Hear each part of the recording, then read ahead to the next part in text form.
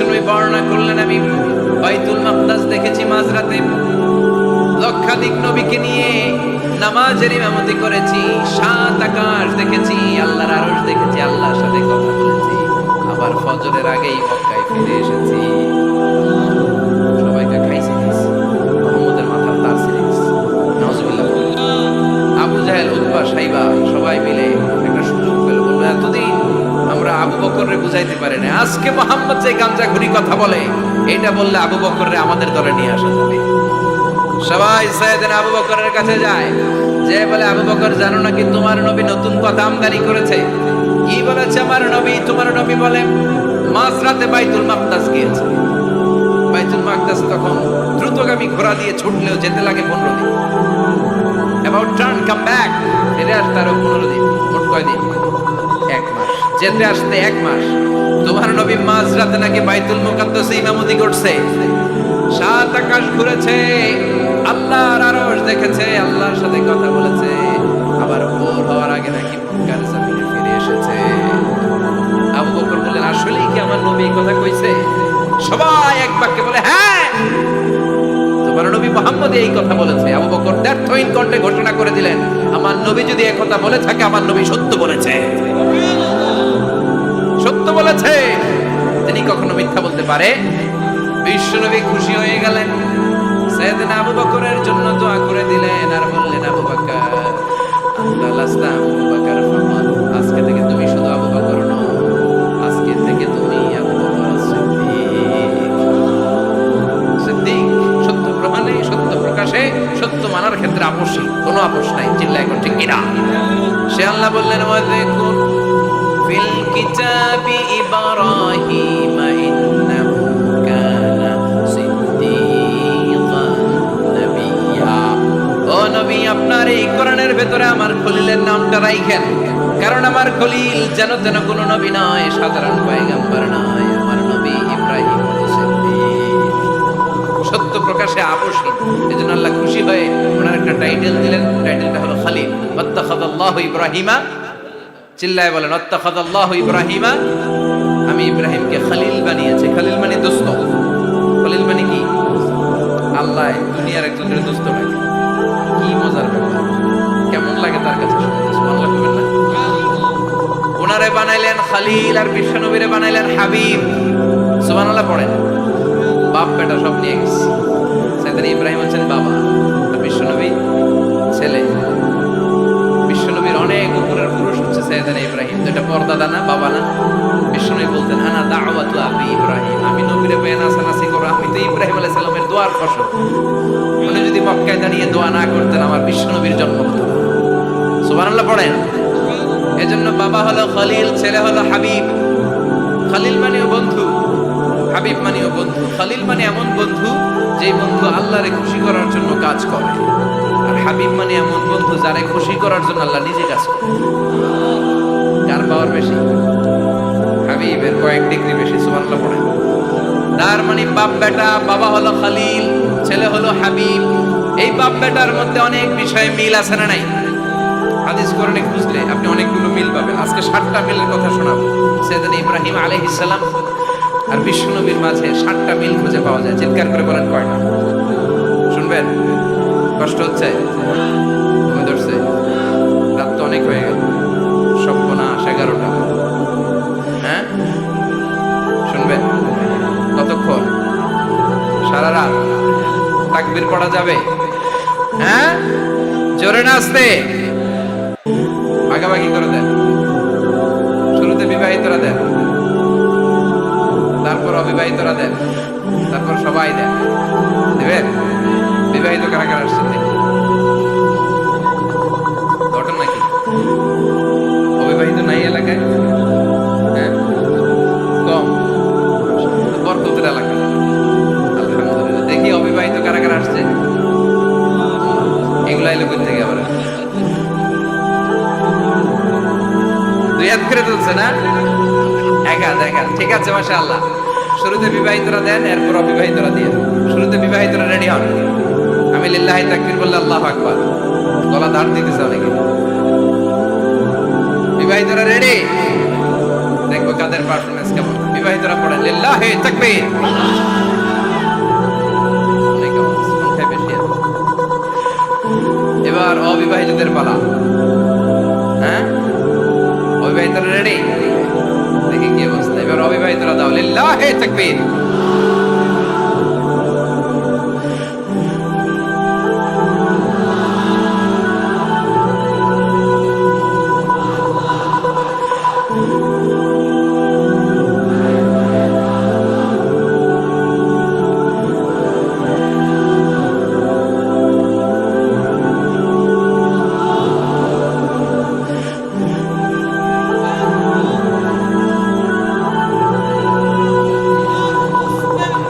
মাশাআল্লাহ, সবাই মিলে তিনটা পড়েন লিল্লাহি তাকবীর, লিল্লাহি তাকবীর, লিল্লাহি তাকবীর। রুম আছে না গেছে? বাপ বেটার মধ্যে কয়টা মিল? চিল্লায় বলতে হবে কয়টা? এক নাম্বার মিল হচ্ছে ফেস কাটিং এ মিল। সাইয়েদনা ইব্রাহিম আর বিশ্বনবী চেহারা একরকম। বিশ্বনবী যখন মেরাজ রজনীতে আকাশে গেলেন, এক এক আসমানে এক এক নবীর সাথে দেখা, এক আসমানে সাইয়েদনা ইব্রাহিমের সাথে দেখা। মেরাজ শেষ করে যখন সাহাবীদের কাছে বর্ণনা করছেন কোন নবীর চেহারা দেখতে কিরকম, বিশ্বনবী বললেন আম্মা ইব্রাহিম, বুখারীর বর্ণনা, আম্মা ইব্রাহিম ফানজুরু ইলা সাহিবিকুম। আর ইব্রাহিম নবীর চেহারা কেমন জানতে চাও? জানতে হলে আমি বিশ্বনবীর দিকে তাকাও। আমার চেহারা দেখতে যেমন, আমার বাবা সাইয়েদনা ইব্রাহিমের চেহারা প্রায় হুবহু এরকম। তার মানে এক নম্বরে কোন দিকে মিল?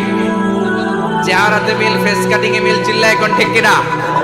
দুই নম্বরে উসওয়ায়ে হাসানা। দুই নবীর ক্ষেত্রে উসওয়ায়ে হাসানা শব্দ কোরআনে ব্যবহার করেছে কে? লাকাদ কানা লাকুম ফি রাসূলিল্লাহি উসওয়াতুন হাসানা। তোমাদের জন্য বিশ্বনবীর জীবনীর ভেতরে উত্তম আদর্শ আছে না নাই? আবার ইব্রাহিমের ক্ষেত্রে বললেন কদ কানাত লাকুম উসওয়াতুন হাসানাতুন ফি ইব্রাহিম। বিশ্বনবীর জীবনীতে যেমনি তোমাদের জন্য আদর্শ, সাইয়েদনা ইব্রাহিমের জীবনীতেও। সুবহানাল্লাহ পড়ো। তার মানে বিশ্বনবীও মডেল, সাইয়েদনা ইব্রাহিমও মডেল। নাকি শাহরুখ খান আমাদের মডেল, ইমরান খান, জর্দা খান কেউ আমাদের মডেল? নায়ক নায়িকা, গায়ক গায়িকা, ক্রিকেটার, সেলিব্রিটি, ডান্সার একটাও আমাদের মডেল হতে পারে? কোন কবিরা আমাদের মডেল? আমাদের মডেল হলো নবীরা। চিল্লায় বলেন ঠিক কিনা? কবিরা এক একজন এক এক দিকে যায়, এক একজন এক এক কথা বলে। আউলা চাউলা চুল নিয়ে চলে, যার মাথা দিয়ে যেটা বেরোয় সেটা বলে। কিন্তু একজন নবী যেটা বলে অন্য নবী বিপরীত বলে না। কারণ কবিরা কথা বলে তাদের মন মস্তিষ্ক প্রসূত কথা থেকে, আর সব নবীদের কথা আসে একটা হেডকোয়ার্টার থেকে। হেডকোয়ার্টারটা কার? কোন নবী বলছে আল্লাহ একজন, আরেক নবী বলছে না দুইজন হতে পারে। কোন নবী বলেছে আখেরাত আছে, আরেক নবী আয়েশা বলছেন নাও থাকতে পারে। এরকম কইছে? কারণ কবিদের মতো ওনারা মাথায় যা আসে পাগলের মতো তাই বলে না। তাদের মাথায় কথা আসে একটা হেডকোয়ার্টার থেকে। চিল্লায় বলেন হেডকোয়ার্টারটা কার? আল্লাহ বললেন উসওয়ায়ে হাসানা। বিশ্বনবী তোমাদের জন্য আদর্শ, সাইয়েদনা ইব্রাহিম আদর্শ। তার মানে আদর্শিক দিক থেকে দুই নবীর মিল আছে না নাই? তিন নাম্বার, দুইজন নবী উলুল আজমি মিনার রাসূল। এই পৃথিবীতে পাঁচজন নবীকে আল্লাহ শ্রেষ্ঠ নবী বলেছেন। নূহ আলাইহিস সালাম, ইব্রাহিম আলাইহিস সালাম, মূসা আলাইহিস সালাম, ঈসা আলাইহিস সালাম, বিশ্বনবী মুহাম্মদ রাসূলুল্লাহ সাল্লাল্লাহু আলাইহি ওয়াসাল্লাম। এই পাঁচজনের ভিতরে বাপ বেটা আছে না নাই? এখানে অনেক হিউজ মোটিভেশন আছে। যারা হতাশ, যাদের জীবন ভাল লাগে না, মরে যেতে মনে চায়, গার্লফ্রেন্ড গালি দিছে, আছে না নাই? আবার বয়ফ্রেন্ড গার্লফ্রেন্ডের গালি দিছে, এ ওড়না পেঁচায়া ফ্যানের মধ্যে ঝুলে আত্মহত্যা করে। কত বড় পাগল! তুই বললি কেন? গালি দিছে তো কি হয়েছে? হ্যাঁ, বুঝতে চায় না, হতাশ হয়ে যায়। আর বয়স কম তো, ইচড়ে পাকা, অল্পতে কাবু হয়ে যায়। এই সূরাগুলো পড়ে না। এখানে আশার বাণী আছে। আজকে আমি জানি কথা শোনাবো আপনাদেরকে, শুরুতে আগে সংক্ষেপে বলে দিই। এই সূরার মূল কথা হচ্ছে, মানে সেন্ট্রাল থিম বা সাবজেক্ট ম্যাটার, সূরাতুদ দুহার কেন্দ্রীয় আলোচ্য বিষয় হচ্ছে নিরাশ হবেন না, হতাশ হবেন না, হাল ছাড়বেন না, ভরসা রাখবেন কার উপর? মুমিনরা নিরাশ হয়, হতাশ হয়, হাল ছাড়ে নাকি ভরসা রাখে? কার উপর? ভরসা কার উপর? না নৌকার উপর? ধানের শীষ, লাঙ্গল, হাত পাখা, দাড়িপাল্লা, ভরসা থাকবে একজনের উপর। চিল্লায় বলেন তিনি কে? Never be sad, never lose hope. Every time you feel like you cannot go, you feel so lost that you are so alone. Don't despair and never lose hope, 'cause Allah is always by your side. Inshallah, inshallah, inshallah, you'll find a way. Inshallah, inshallah, inshallah, you'll find a way. Every time you feel like you cannot go on, you feel so lost that you are so alone. Don't despair and never lose hope, 'cause Allah is always by your side. Inshallah, inshallah, inshallah, you'll find a way. Inshallah, inshallah, inshallah, you'll find a way. ঠিক কি না? এই সুন্দর হাসি। Never lose hope, you will find your way. তুমি তোমার পথ খুঁজে পাবে। আমাদেরকে পথ দেখায় কে? এজন্য সূরাতুদ দুহার কেন্দ্রীয় আলোচ্য বিষয় হচ্ছে হতাশ হওয়া যাবে না, নিরাশ হওয়া যাবে না, হাল ছাড়া যাবে না, ভরসা রাখতে হবে একজনের উপর। চিৎকার করে বলেন তিনি কে? হতাশ যারা, ফ্রাস্ট্রেটেড আপসেট পিপল, তাদের জন্য, হতাশ ব্যক্তিদের জন্য এই সূরাটা একটা আলোক পত্রিকা, একটা আলোর মশাল। এই সূরাটা পড়লেই হতাশ ব্যক্তিরা মনে শান্তি পায়, আশা ফিরে পায়, দিক ফিরে পায়। ঠিক কিনা? এই সূরাটা নাজিল হওয়ার একটা ব্যাকগ্রাউন্ড আছে, শুনবেন। বিষ্ণু ঈসা ইসলামের কাছে যখন ওহী নাজিল হতে শুরু করলো, বিষ্ণু ঈসা ইসলাম ওহীর কথাগুলো পৌঁছে দিতে লাগলো। যাই নাজিল হতো বিষ্ণুনবী পৌঁছে দিতেন। বিষ্ণুনবী সাহাবাদের কাছে শেয়ার করে দিতেন, যেটাই নাজিল হতো তিনি পৌঁছে দিতেন, যেটাই। কারণ আল্লাহর আদেশ, ইয়া আইয়ুহার রাসূল বাল্লিগ মা উনসিলা ইলাইক। ও নবী, আপনার কাছে আমি ওহী থেকে যা নাজিল করি সব পৌঁছে দেন, একটাও গোপন করা যাবে। আল্লাহর কাছ থেকে বিষ্ণুনবী যে সমস্ত মেসেজ, ইনফরমেশন, তথ্য, রেভেলেশন উনি পেয়েছে, একটাও কি বিষ্ণুনবী গোপন করেছে? সব প্রকাশ করে গিয়েছে, সব শেয়ার করে গিয়েছে। বিষ্ণুনবী শেয়ার করতে লাগলেন। সকালে যা নাজিল হয় শেয়ার করেন, দুপুরে নাজিল হয় শেয়ার করেন, রাতে নাজিল হয় শেয়ার করেন, শেয়ার করতে লাগলেন। কিন্তু কি অবাক করা কাণ্ড, হঠাৎ করে এই ওহী আসার ধারাবাহিকতা আল্লাহ বন্ধ করে দিলেন। ওহী আর আসে না, আকাশ থেকে নতুন তথ্য আর নামে না। ঘটনা কি? ওহী আসে না কেন? তথ্য আসে না কেন? জিব্রাইল আসে না কেন? কোন বর্ণনায় এসেছে 15 দিন, কোন বর্ণনায় 1 মাস, 3 মাস, এমনকি 6 মাস পর্যন্ত বর্ণনা পাওয়া যায় যে বিশ্বনবীর কাছে 6 মাস ওহী আসে না। বিশ্বনবী তো অবাক, ঘটনা কি? ওহী নামে না কেন? আর ওহী না আসলে তো বিশ্বনবী শেয়ার করতে পারে না। এতদিন যা আসতো বলে বেড়াতো, এখন আসেও না, বলতেও পারে না। কাফির মুশরিকরা বিশ্বনবীর গালি দিতে শুরু করলো। মুহাম্মদের রব মুহাম্মদের ভুলে গেছে, মুহাম্মদের আল্লাহ মুহাম্মদের ছেড়ে দিয়েছে। বিশ্বনবীর চাচি আবু লাহাবের স্ত্রী উম্মে জামিল বলতে শুরু করলো, কি মুহাম্মদ, তোমার শয়তানটা তোমার কাছে আসলো না? শয়তান দ্বারা তিনি জিব্রাইলকে বুঝিয়েছেন যে তোমার জিব্রাইল তোমার কাছে আসে না। এভাবে সবাই গালমন্দ করতে শুরু করলো যে মুহাম্মদের আল্লাহ মুহাম্মদকে ভুলে গিয়েছে। বিষ্ণু ইসলাম নিজেও হতাশ হয়ে গেলেন। কি রে, ওহী আসে না কেন? আমার কোনো ভুল হচ্ছে না তো? আমার কোনো অপরাধ হয়ে গেল না তো? আল্লাহ কি আমার উপর অসন্তুষ্ট হয়েছেন? আল্লাহ কি আসলেই আমারে ভুলে গেছেন? আল্লাহ কি আমাকে ত্যাগ করেছেন? তিনি কি আমার উপর রেগে আছেন? আমরাও মাঝে মাঝে এরকম হতাশ হয়ে পড়ি। এরকম হতাশ লোক আছে না নাই? কিরে, আমার দোয়া কবুল হয় না কেন? আল্লাহ আমার ডাকে সাড়া দেয় না কেন? আমার জীবনে এত দুঃখ কেন? আমার জীবনে তো ভালো কিছু হয় না, খালি সব কষ্ট আমার কেন? এরকম আছে না নাই? এরকম হতাশদের জন্য এই সূরাটা একটা আলোক পত্রিকা, মোটিভেশনাল সূরা। আলহামদুলিল্লাহ পড়েন। বিশ্বনবীকে আল্লাহ আশ্বস্ত করলেন আর এই সূরা নাযিল করলেন আর বললেন ওয়াদ-দুহা, ওয়াদ-দুহা। দুহা মানে আলো, দুহা মানে আলো, প্রভাতের সূর্য কিরণের শপথ। Look up, the sunlight. It's a very beautiful day out there. অনুবি হতাশ হবেন না, বেরোন, সকালের সূর্যটা কত সুন্দর, কি ঝলঝলে পৃথিবী, ফকফকে আর তকতকে, দেখলেই মনটা ভরে যায়, ঠিক কি না? দুহা, দুহা মানে আলো, আশার আলো, সম্ভাবনার আলো। আমাদের জীবনে আলোর দরকার আছে না নেই? আলো না থাকলে আমরা বাঁচতে পারবো? আলো লাগে বড় আলো। এই আজকে আলো না থাকলে আমার দেখা যাইতো?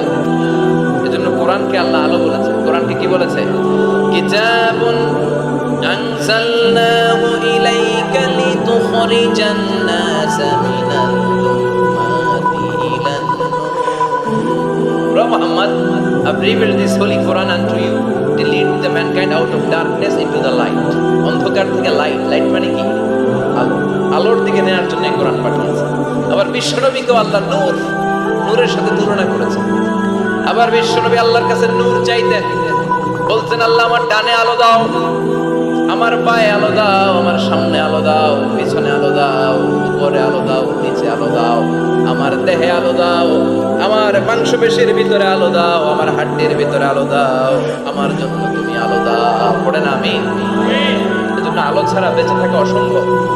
আল্লাহ তাআলা আলোর নামে সূরা দিলেন, সূরাতুদ দুহা, প্রভাতের আলো, প্রভাতের সূর্য কিরণের শপথ, আলোর শপথ। সুবহানাল্লাহ পড়েন। এরপর আল্লাহ বললেন ওয়াল-লাইলি ইযা সাজা, আলোর শপথ, সকাল বেলার সূর্য কিরণের শপথ। দ্বিতীয় আয়াতে আল্লাহ বললেন রাত্রিবেলার শপথ, যখন রাত্রিটা নিঝুম হয় নিস্তব্ধ, নিঝুম আর নিস্তব্ধ রাতের শপথ।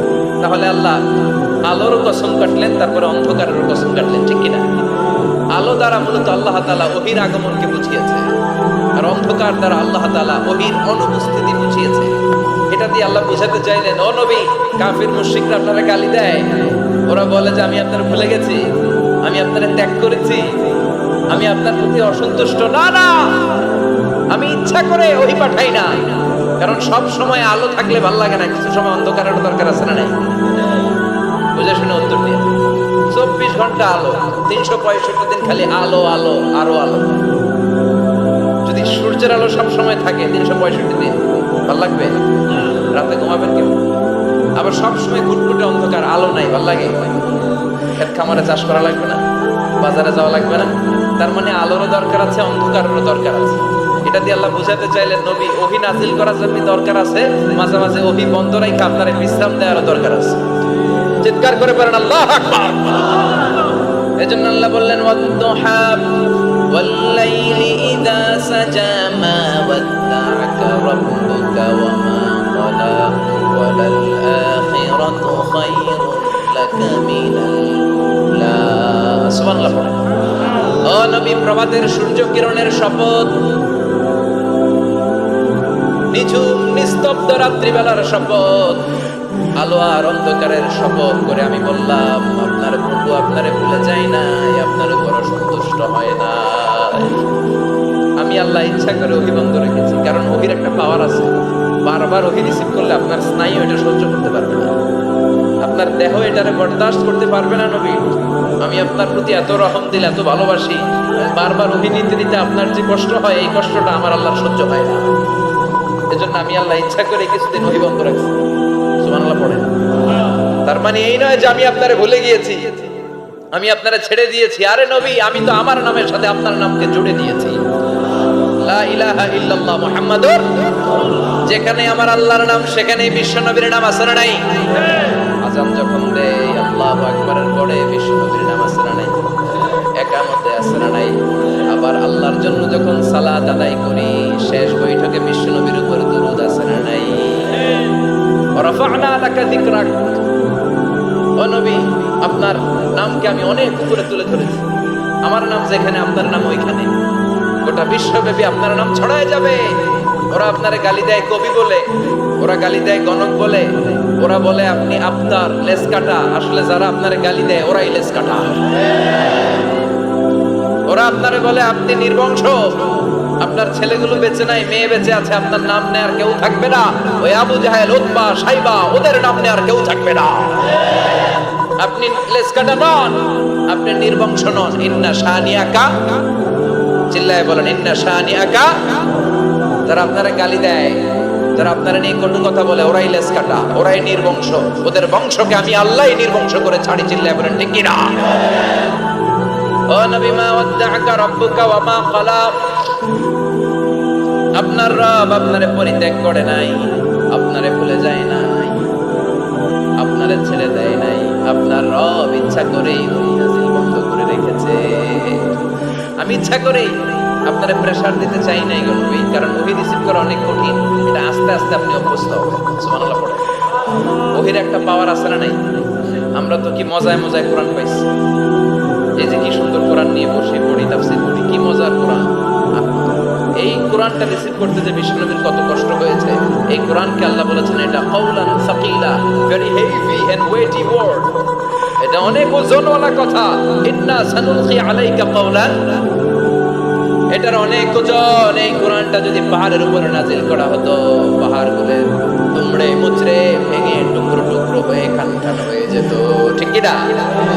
এত কঠিন বানিয়ে এটা। ও নবী, আমি আলোর সাথে ওহীর মিল ঘটিয়েছি, আলো দিয়ে ওহীকে বুঝিয়েছি। সূর্যের যেমনি কিরণ আছে, তেজ আছে, এই ওহীরও একটা তেজ আছে। এই তেজ, এই কিরণ আপনি সবসময় সহ্য করতে পারবেন না। এজন্য আমি ইচ্ছা করে কিছুদিন ওহী নাজিল করা বন্ধ করে রেখেছি। সুবহানাল্লাহ বলে। ইচ্ছে করে আমি নাজিল করি নাই। সব সময় নাজিল হলে আপনার ভালো লাগতো না। বুখারীর বর্ণনা, মা আয়েশা বলতেন, শীতের রাতে, কনকনে মাঘ মাসের শীতের রাতে যখন বিশ্বনবীর উপর কোরআনের আয়াত নাজিল হতো, বিশ্বনবী ঘেমে ঘেমে একাকার হয়ে যেতেন। হাত্তা লা ইয়াতাফাসসাদু জাবিনুহু আরাফান, বিশ্বনবীর দাড়ি আর থুতনি বেয়ে ঝরঝর করে পানি পড়তো। আমরা কম্বল গায়ে দিয়ে থাকি আর বিশ্বনবী ঘামে। সুবহানাল্লাহ বলবেন না? এটা কাওলান সাকিলা, অনেক ওজনওয়ালা কথা। আবার বিশ্বনবী যখন ওটের উপরে বসে থাকা অবস্থায় কোরআনের আয়াত নাজিল হতো, ওটের বুকটা মুহূর্তের মধ্যে বালুর মধ্যে, জমিনের মধ্যে লেগে যেত। ঘোড়ায় চড়া অবস্থায় বিশ্বনবীর কাছে যখন কোরআন নাজিল হতো, ঘোড়ার পা গুলো মরুভূমির বালুতে দেবে যেত। মাঝে মাঝে বিশ্বনবী সাহাবাদের রানের উপরে, পায়ের উপরে মাথা দিয়ে শুয়ে পড়তেন, ক্লান্ত। যায়েদ বিন হারেসা, বিশ্বনবীর পালক পুত্র,